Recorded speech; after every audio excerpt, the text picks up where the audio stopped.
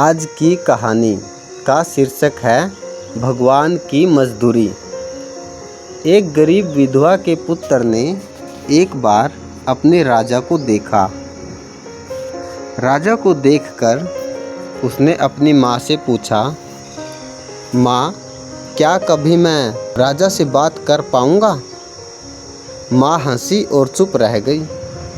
पर वह लड़का तो निश्चय कर चुका था। उन्हीं दिनों गांव में एक संत आए हुए थे, तो युवक ने उनके चरणों में अपनी इच्छा रखी। संत ने कहा, अमुक स्थान पर राजा का महल बन रहा है, तुम वहां चले जाओ और मजदूरी करो, पर ध्यान रखना वेतन नहीं लेना, अर्थात बदले में कुछ मांगना मत, निष्काम रहना। वह लड़का गया। वह मेहनत दोगुनी करता पर वेतन न लेता। एक दिन राजा निरीक्षण करने आया। उसने लड़के की लगन देखी।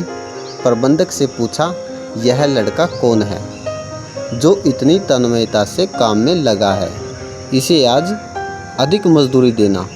प्रबंधक ने विनय की, महाराज, इसका अजीब हाल है।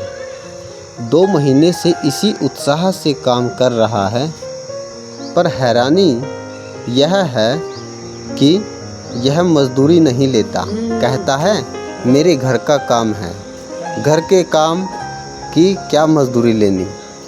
राजा ने बुलाकर कहा, बेटा, तू मजदूरी क्यों नहीं लेता? बता, तू क्या चाहता है?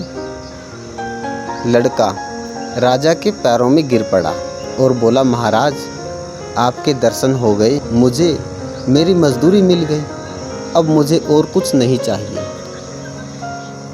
राजा उसे मंत्री बनाकर अपने साथ ले गया और कुछ समय बाद अपनी इकलौती पुत्री का विवाह भी उसके साथ कर दिया। राजा का कोई पुत्र नहीं था, तो कालांतर में उसे ही राज्य भी सौंप दिया। बिल्कुल इसी प्रकार से भगवान भी हम सभी के राजा हैं और हम सभी भगवान के मजदूर हैं। भगवान का भजन करना ही मजदूरी करना है। श्रेष्ठ आचरण ही मंत्री है और परमात्मा की याद राजपुत्री है और जीवन मुक्ति वह राज्य है। हम भगवान के भजन के बदले, उसकी याद के बदले में कुछ भी न मांगे तो वे भगवान स्वयं दर्शन देकर पहले मंत्री से मिलवा देते हैं और फिर अपनी याद प्रदान कर देते हैं। समय बीतने पे जीवन मुक्ति ही दे देते हैं।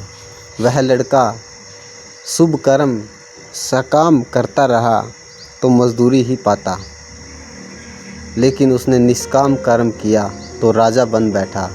यही साकाम और निष्काम कर्म का फल में भेद है। तुलसी विलंब न कीजिए, निश्चित भजिए राम, जगत मजदूरी देत है, क्यों राखे भगवान।